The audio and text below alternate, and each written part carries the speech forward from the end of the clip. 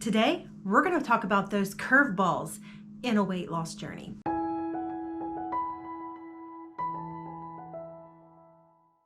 Hello, my name is Mary Fran, and this is No Excuses, and this is a place where I am coming to talk about life, and I'm interspersing life in with my fitness and my weight loss journey to lose 150 pounds because it all goes hand in hand. I just want to thank each and every one of you for being here today. And if you haven't already done so, like, comment, subscribe, hit the notification bell, do all of that stuff. Thanks. So I've actually had it written down for quite a few weeks to talk about the curveballs that hit us in a weight loss journey.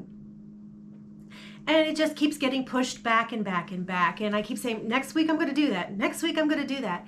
And it's time.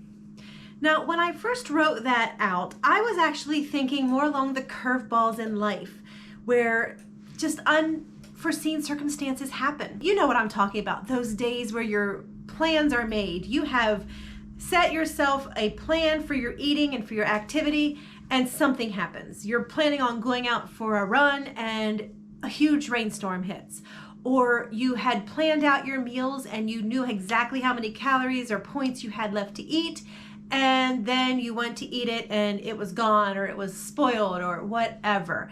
And all of a sudden you're sit there going, what am I gonna do? That was the curveball that I was actually talking about, because those things happen. Your best laid plans are going to get interrupted sometimes. And that was actually going to be great, because I was actually going to talk about how we can't control the curveballs that come in our life. The only thing that we can do is control how we respond to those curveballs. And that is still so very true. When something happens, the only thing we can control might be how we respond to it. Sure, I might not be able to go for a run because it's pouring down rain, but can I walk in place? Can I do an exercise video? Can I get on my exercise bike? There's always something different that you can do. Or am I just going to sit on the couch and sulk because my plans didn't work? So really, that is still a valid answer. And I wanted to touch on that because curveballs are going to hit us, and it is going to be how we react to those curveballs that make us successful or not successful. But as I was going through this last week, I actually came up with the fact that, wait a second, emotions are the same exact way. I can't help my emotions. What I can control is how I react to my emotions. And this past weekend, and actually for the last couple weekends, and if I really want to be honest, months, I've been really dealing with an emotional issue, and it gets harder and harder each week. And I actually have talked about it, and I think I actually halfway cried in a video recently.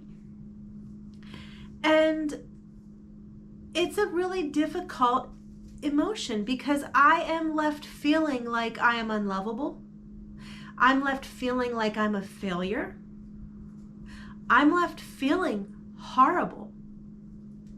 And poor Jason is there trying to make me realize that this is not me. I am lovable and I am not a failure. But those emotions are so deep. And I know that last weekend I actually talked about how I had a little bit of an emotional issue, and I ended up eating a little bit more on Sunday night. And I was determined I'm going to go ahead and I'm going to push through, and I'm going to be strong, because you see, I wasn't expecting the emotions to come back the next following weekend. But they did. They came back really strong.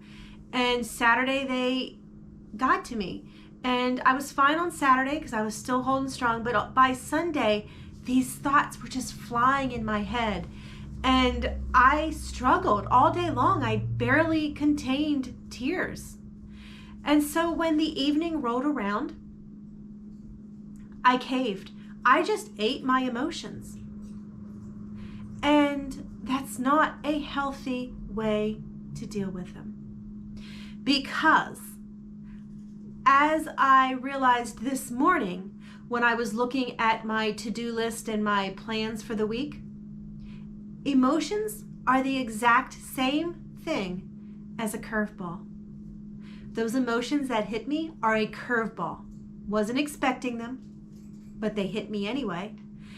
And we really need to remember that emotions are natural. We are going to feel emotions, and that is okay. But emotions are just that. How we respond to those emotions are what's important. I did not respond well last night, but I am firmly in check today, and I am reminding myself that life may not feel all that grand all the time. Life may throw me a curveball, but how I respond to the curveball, how I respond to those emotions are really what matter, not the emotions, how I respond to them. And I can go into it a little bit further and say that after I ate the food that I ate last night, the emotions were still there. The food did not make anything better. It didn't help anything. I'm still emotional. The problems and the feelings that I am getting from this situation are still there. Food did not take it away. So I need to start saying, how do you respond to those emotions? How do you respond to the curveball? Because I can't control anything except how I respond. We can't control life, and we can't control other people and how they interact with us. We can't control our jobs, but we can control how we react to them. That is the only thing we have absolute control over, how we react to situations. And any number of things can happen in life out of our control. You can think, yeah, I'm in control of my life. I'm in control of my job and my house and my this. But any number of things can happen. Fires, you can lose your job, hurricanes, whatever. The only thing we have in control is how we react to those curveballs and those things that happen in our life. And yes, that includes emotions. I'm going to start focusing on how I react to these stimuli that give me a lot of stress and emotions. I am going to work on reacting to the curveballs in life, because that is where my control comes into play. I can do it. You can do it. No excuses. People work with... Today we're going to talk about those curveballs in life. And the curveball